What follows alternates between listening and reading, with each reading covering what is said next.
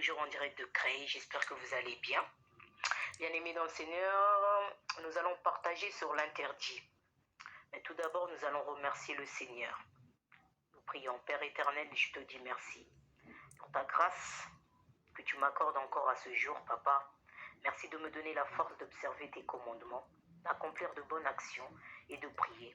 Et merci pour chaque souffle de vie que tu m'accordes et que tu accordes à mes enfants et que tu accordes à ma famille. C'est pour ça, Père éternel, je viens te remettre cette semaine qui vient de commencer entre tes mains.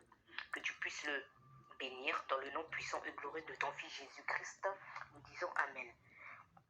Bien-aimés dans le Seigneur, voilà, je vais parler avec vous, enlever l'interdit et tu auras la victoire sur tes ennemis.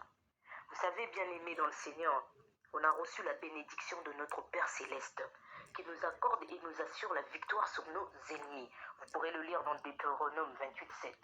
Lorsque l'interdit est dans nos vies, tu donnes à l'ennemi le contrôle et le pouvoir de contrôler certains domaines de ta vie, bien-aimé. Après, il devient difficile de vaincre ces attaques. Parce que c'est vrai, bien-aimé dans le Seigneur, quand nous faisons ce qui est en désaccord avec la parole de Dieu, il y a l'ennemi, je dirais ce terme, il profite. Il profite dans tout ce que nous pouvons faire qui ne plaît pas à Dieu. Après, c'est vrai qu'il devient difficile de le vaincre et de vaincre ses attaques. Exemple, je prends exemple bien-aimé, financièrement, quand tu te retrouves toujours dans la pauvreté. Quand tu te retrouves toujours dans la pauvreté, l'échec, la maladie et de toutes sortes de blocages, stérilité, célibat. Tout ça fait en sorte que oui, quand le diable contrôle certains domaines de ta vie, c'est vrai que ça devient vraiment difficile pour s'en sortir. Je prends exemple, vous savez, le peuple israélite. Ce peuple, ils étaient quand même têtus, le peuple israélite bien-aimé dans le Seigneur. Vous savez, quand ils sont partis dérober des choses de l'interdit, ils les ont cachées dans leur bagage. Et il y a Josué qui n'a pas compris quand ils avaient perdu la bataille. Il est parti demander au Seigneur, si je me rappelle bien de l'histoire. Et le Seigneur lui dit que oui, regarde le peuple, ils ont caché des choses qui étaient interdites. Et pourtant, le peuple Israël, ils avaient quand même les lois et les commandements. Mais comme ils étaient têtus, comme nous parfois ici, eh ben, ils faisaient un petit peu ce qu'ils voulaient. Vous savez, bien aimé, l'interdit peut prendre plusieurs formes.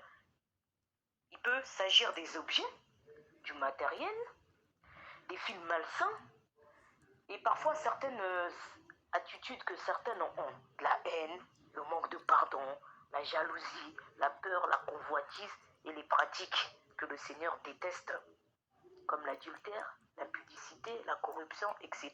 Bien-aimés dans le Seigneur. Vous savez, bien-aimés dans le Seigneur, nous sommes des enfants d'un Dieu qui nous aime. D'un Dieu qui nous aime, qui nous dit, il a ouvert le chemin par Jésus qui a été tenté en toutes choses comme nous et qui a subi la moquerie, l'humiliation, la souffrance et il a été fidèle jusqu'au bout pour que nous soyons aussi fidèles et que non seulement nous soyons vainqueurs mais plus que vainqueurs. Bien-aimés, nous voyons là le Père ce qu'il dit, le Seigneur Jésus il a été fidèle, bien-aimé, il a été fidèle, nous aussi nous devons être fidèles dans la moindre chose, dans les tentations, dans les problèmes, dans les difficultés. Dans tout ça, nous devons être fidèles. Vous savez, bien-aimés, pour pouvoir enlever l'interdit et pour donner à Dieu le contrôle de ta vie, bien-aimé, moi je t'invite, si tu n'es pas encore converti, si tu n'es pas né de nouveau, je t'invite à le faire. Je t'invite vraiment à le faire, d'être né de nouveau. Fais aussi du Seigneur Jésus le maître et le propriétaire de ta vie. Pour que Satan ne te réclame pas. Si tu es déjà né de nouveau, bien-aimé dans le Seigneur, et tu subis les attaques du diable, cherche la face de Dieu comme l'a fait Josué. Il l'a fait, Josué, il est parti chercher la face de Dieu pour savoir pourquoi le peuple israélite a eu la défaite et pourquoi le Seigneur leur avait tourné le dos. Bien-aimé, sois déterminé et débarrasse-toi de l'interdit. Vous savez, quand on prend aussi Quand on prend aussi dans, si je l'ai encore le verset, excusez-moi, dans Jean 14:30, il nous le dit, comme Jésus dans 14:30, le prince le monde vient, il n'a rien en moi, que le diable ne trouve rien en toi. Je le répète,